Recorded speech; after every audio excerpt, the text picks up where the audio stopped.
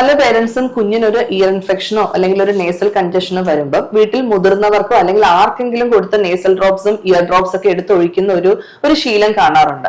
അപ്പം ഈ nasal drops തന്നെ സലൈൻ നേസൽ ഡ്രോപ്സ് ഉണ്ട്, അല്ലാതെ മരുന്നുകൾ അടങ്ങിയ നേസൽ ഡ്രോപ്സ് ഉണ്ട്, ഇയർ ഡ്രോപ്സ് ആണെങ്കിലും പലതരത്തിലുള്ളതുണ്ട്. അപ്പം നമ്മൾ അവരോടത് വ്യക്തമായിട്ട് എങ്ങനെ നമുക്ക് അവരെ എഡ്യൂക്കേറ്റ് ചെയ്യാൻ സാധിക്കാം? നേസൽ ഡ്രോപ്സ് എത്ര കാലം വെക്കാം, അല്ലെങ്കിൽ ഒരു തവണ ഉപയോഗിച്ചു കഴിഞ്ഞാൽ എത്ര തവണ ഉപയോഗിക്കാം, അതൊന്ന് പറഞ്ഞു തരുമോ?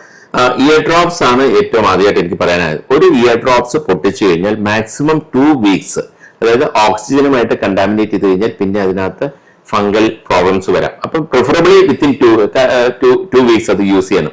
സാധാരണ ചിലവർ പഴയ ഇയർ ഡ്രോപ്സ് ഒഴിക്കും, അതൊക്കെ എപ്പോഴും ദോഷമേ ചെയ്യുള്ളൂ. പിന്നെ എപ്പോഴാണ് ഇയറിൽ ഡ്രോപ്സ് ഒഴിക്കുന്നത്? എല്ലാ ഡിസീസിനും ഇയർ ഇൻഫെക്ഷൻസിനും നമ്മൾ ഡ്രോപ്സ് ഒഴിക്കണ്ട. ക്രോണിക് ആയിട്ട് ഇൻഫെക്ഷൻസിനും ഫംഗൽ ഇൻഫെക്ഷൻസിനും മാത്രമേ സാധാരണ ഇയർ ഡ്രോപ്സ് നമ്മൾ കൊടുക്കാറുള്ളൂ.